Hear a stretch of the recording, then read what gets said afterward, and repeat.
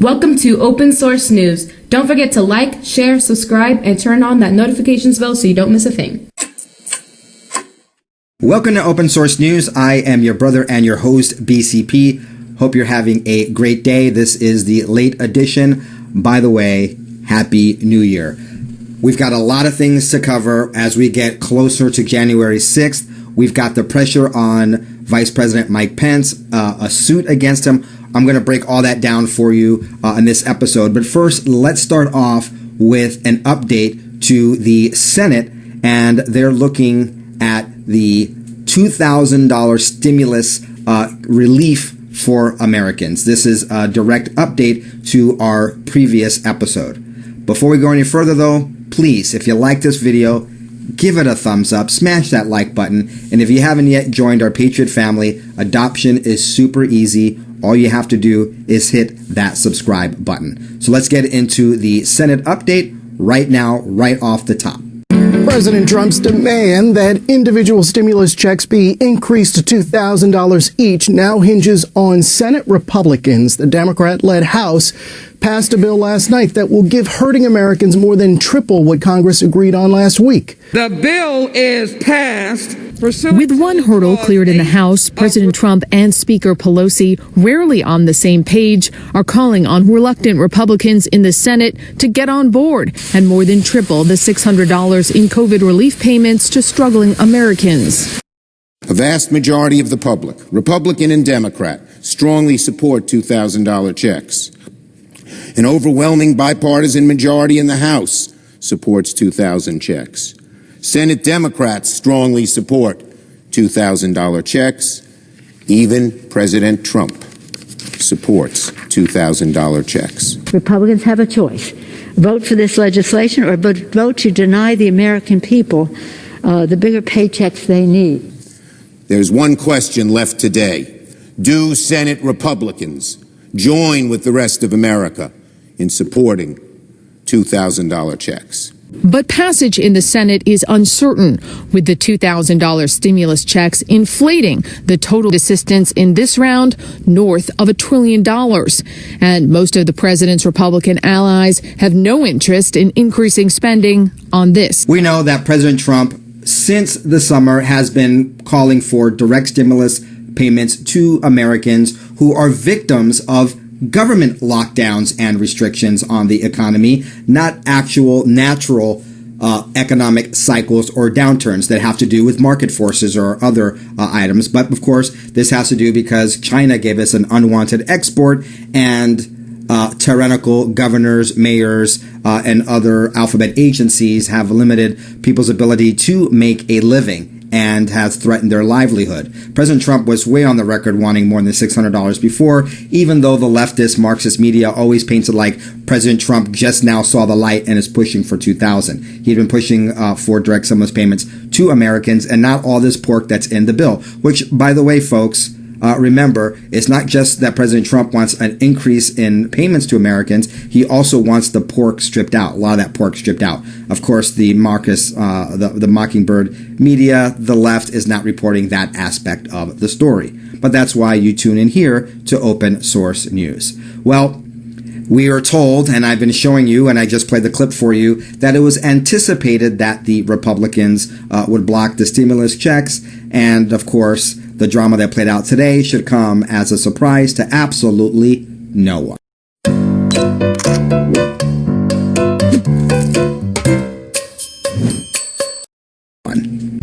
Yeah, Scott, we're seeing some drama on the Senate floor right now. Senator Chuck Schumer just taking to the floor to try to bring that House bill to beef up stimulus payments to individual Americans from $600 to $2,000. Would the senator modify his request to include a unanimous consent request that to include unanimous consent that the Senate proceed to the immediate consideration of H.R. 9051, a bill received from the House to increase recovery rebate amounts to $2,000 per individual, that the bill be read a third time and passed, the motion to reconsider be considered, made, and laid upon the table with no intervening action or debate. Is there objection to the modification? Object. Objection is heard. Schumer trying to bring that bill directly to the floor. We saw Mitch McConnell, the Republican leader, objecting to that measure, and now we're hearing some remarks here from Bernie Sanders. The two Democrats on the floor in this debate right now, Bernie Sanders and Chuck Schumer, are arguing that working families simply can't wait any longer for this increase, and pointing out that the House of Representatives passed this with a two-thirds majority, including a number of Republicans voting for the increase. It looks like it's not going anywhere in the Senate, despite the fact that President Trump now supports the idea of these $2,000 payments. We'll monitor Bernie Sanders here and see what Mitch McConnell has to say on the back end of this, but that's the debate that's playing out on the Senate floor right now. All right, so the time of this recording, McConnell also blocked Sanders' request for $2,000 checks on the floor. Sanders, from my timeline here, having spoken after Mitch McConnell, and President Trump did tweet out today, unless Republicans have a death wish, and it is also the right thing to do, they must approve the $2,000 payments ASAP. $600 is not enough. Also, get rid of Section 230. Don't let big tech steal our country, and don't let the Democrats steal the presidential election. Get tough. And that was President Trump tweeting in response to McConnell's blocking the Senate Democrats' initial attempt to approve the $2,000 stimulus checks amid growing pressures from the GOP to act honestly. They don't want to act in favor of the people. Now, once again, let's look at this in its entirety, in what I see as the willingness of Senate Republicans to send a pork-filled bill to President Trump to sign, with tons of money going to other countries, $1,800 even going to families who are not legally here because of different loopholes and things written into it, but not wanting to up from $600 to $2,000 because they're worried about the deficit and the debt. President Trump signs the relief bill, but with conditions. He wants more money to go to Americans through direct payments, but one Republican raises the question, how are we going to pay for it? Now, of course, it's a legitimate concern. If that was such a legitimate concern, how come only 6 Republicans in the Senate blocked the initial bill in the first place? This is my bone. This is the bone that I have to pick, is that they are not consistent. They are consistently in favor of giving money away, but they don't want to give it to Americans. Now, if this initial bill had been passed with very little Republican support in both houses, if things were very different, then you can understand them balking at this. But if you gave money signed off on money to Pakistan and to Southeast Asia and to other places, but now you're shy about increasing the debt and the deficit to give Americans money, that's inconsistent for me. And once again, we know why. Politicians on both sides of the aisle do the same thing. Folks, you need to understand this. I'm not saying this in a condescending way. I'm saying this in a loving, pleading kind of way. That when they give money to other countries, it's not altruistic. It is not kind. It is, first of all, not even our job to take care of the rest of the world, but that's a whole seminar for a whole other video. They're doing this because they launder money, both Republicans and Democrats. They send this international aid that never gets audited. Who knows where the hell that money ends up at, supposedly in non-governmental organizations, NGOs. No one audits the money. And of course, that money is used to pay off politicians, middlemen in those countries. And then a huge portion of that money goes right back into offshore accounts to the same corrupt politicians here in America. I spent 25 years researching men living to 110 or 120. I discovered one food getting their payoff and paying off their families who sit on boards of all these companies and supposed nonprofits, and they get richer and richer off of the American taxpayer. We are one big fat cow with a whole bunch of teats to these people, and they just suck us and suck us dry. But you ask them to give some of our own money back to us in the form of a stimulus check? Oh no, we are all of a sudden worried about the deficit. Absolutely ridiculous, folks. We must vote these people out. We must stop just voting for people because they're Republican. We need to start looking at their actual record and getting new Tea Party types in there. This is the type of stuff, I'm telling you folks, I do not want to run for office, but I see this and it almost convinces me that someday, no time soon, I should run for one or two rounds and then get out like George Washington. But I'm nowhere close to this. I do not have the patience, the temperance, nor the type of personality that could sit and watch this circus and act like it's a legitimate process. There's going to have to be some sort of other braver, smarter people to get in there and start turning the tide before I would even consider running as a legislator. But this is absolutely ridiculous. Shame on the Senate Republicans. And once again, I would side with them if they were consistent, but they are not. They sent a bill full of pork to the president, and now they're worried about the cost of helping Americans who they, and I'm talking collectively as politicians, have made life a living hell and their livelihood put in danger. Stressed out Americans without a paycheck, without jobs, struggling, or what have you, and they don't want to help them. But we must make sure that there are gender studies in other countries. Oh yeah, we'll sign off on that. Absolutely despicable and shameful.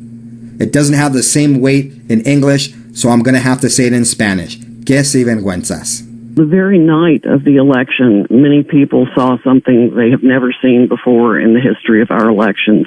They saw votes being changed on the screen in front of them, going from President Trump to Mr. Biden. In election news, Congressman Louis Gohmert has filed a lawsuit against Vice President Pence. He's asking the court to give Pence exclusive authority to decide electoral college votes on January 6th. All right, now let's get into our election coverage as we have reported and covered extensively on this channel. The real big battle we have to not overturn the election as the Marxist media paints it, but put back to its proper place the election results. Remember, on November 3rd, President Trump was winning until they stopped the vote and then they stuffed the ballot box, electronically and otherwise. And come January 6th, there's going to be a joint session of the legislators of both houses, the Senate and, of course, the House of Representatives. The speakers and the majority leaders will not have any power, as it will be presided by Vice President Mike Pence, who is the president of the Senate. Well, in the January 6th meeting, we know that they are to accept the Electoral College votes. And there is obviously a strategy here because in 6 states, 7, 8, depending on the count changes, but definitely there is 5 to 7 swing states that are in question that have lots of evidence.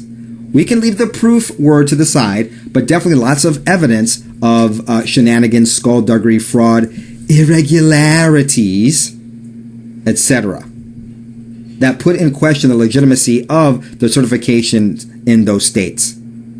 President Trump himself has invited patriots to be in Washington on January 6th because something big is going down. But one of the key figures in all of this will be the president presiding over that meeting, and of course, that's Mike Pence. And Louis Gohmert has brought suit to force the issue. So let's get information on this and also some expert opinion on why this is a fantastic and good thing in support of Louis Gohmert's suit. It's Congressman Louis Gohmert, who is suing Vice President Pence to overturn the will of the American people. And it's going to go before a Trump-appointed federal judge.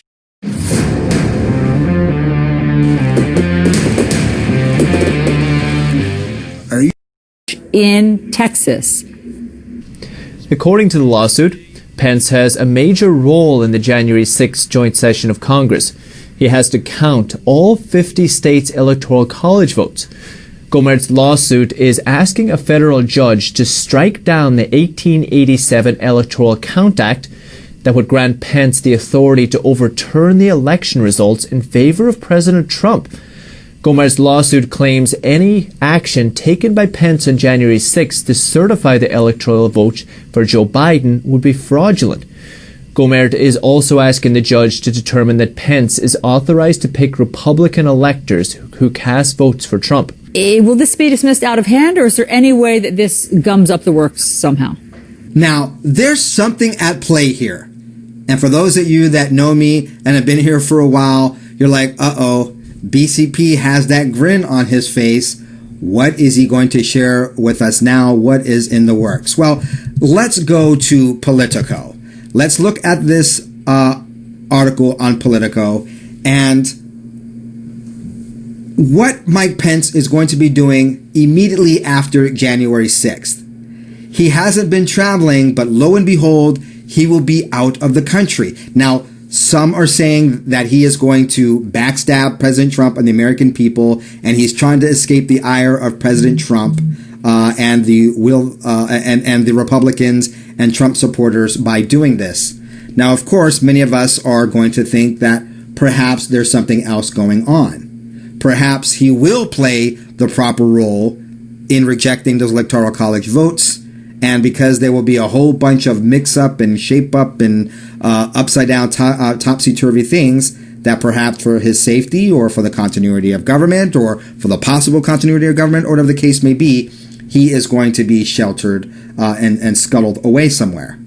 Now, I know there's some people here on this channel that do not trust Mike Pence. I would say that in this community, I would say, I don't know if it's evenly split, but it's definitely split. Some people think Mike Pence, like the CNN and others say, that he is just a copycat. He is the lapdog for President Trump. He has been very supportive of President Trump in every aspect as far as I can see, with the exception of that little scuffle of information and back and forth and who lied to who with Michael Flynn, Lieutenant General Michael Flynn, at the very beginning of the first term of our duly elected and beloved President Donald John Trump.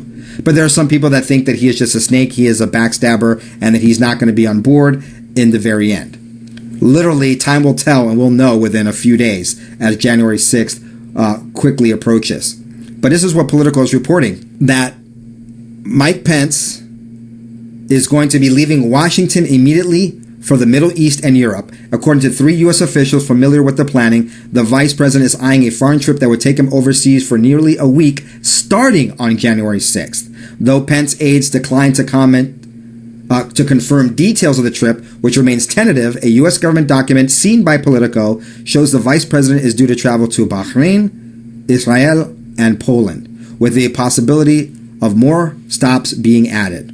A pre-advanced team of Pence's aides and other U.S. officials left early this week to visit the planned stops in preparation for the multi-country tour, which would be Pence's first trip abroad since last January, when he traveled to Rome and Jerusalem on a whirlwind 2-day sojourn.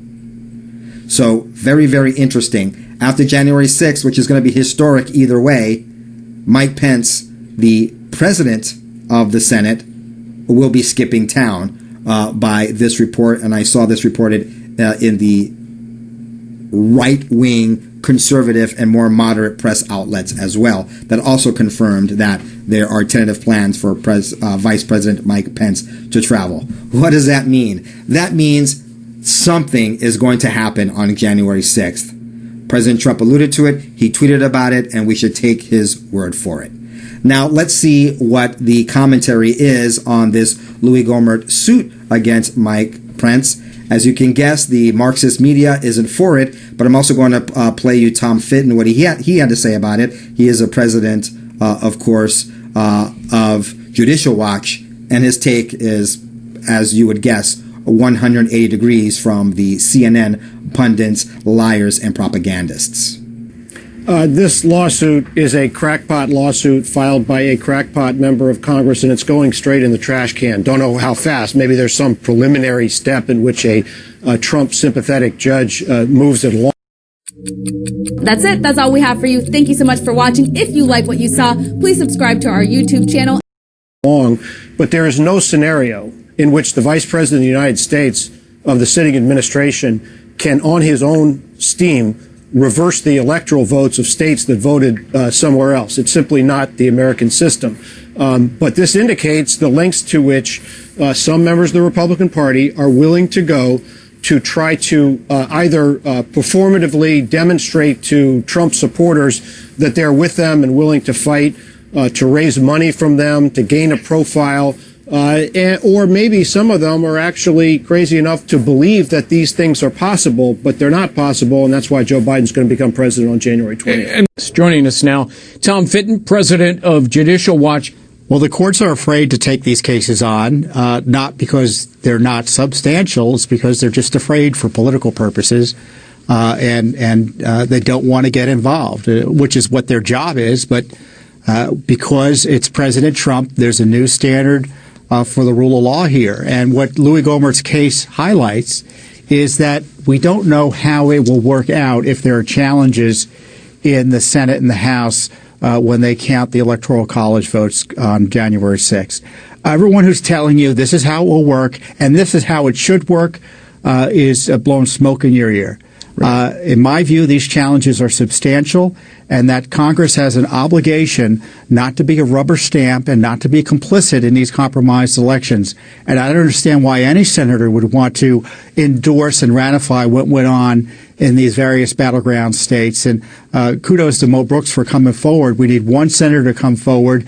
And Vice President Pence, and this is the heart of the Gohmert lawsuit, despite what everyone says, has significant power to figure out how the two bodies will proceed in figuring out who actually won the election as opposed to what we're being told to now. In light of every single judge and justice, for the most part, not wanting to hear cases and not wanting to ruffle feathers, rock the boat, or do their job, I don't think the Louis Gohmert suit is going to go anywhere. But that does not change the fact that come January 6th, there will be fireworks and unprecedented things will happen, and I am optimistic that they will stop the steal.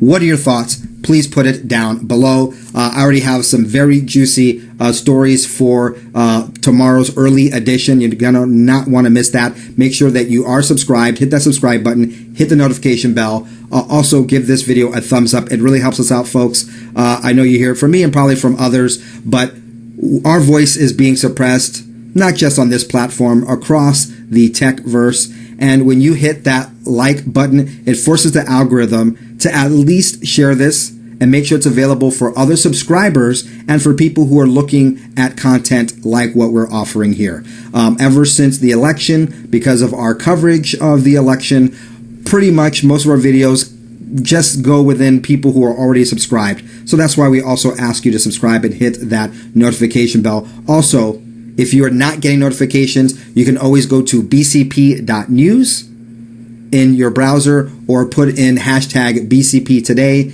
in the YouTube search box. So until the next episode, please receive a big warm embrace, a big New Year's hug from myself and all of us here at OSN and the BCP Report. Make sure that you're also subscribed and watching the BCP Report, where Junior and Juniorette offer you news with very little commentary so that you get the important news of the day. The link to that is in the description below. Until the next one, goodbye, ciao, and God bless.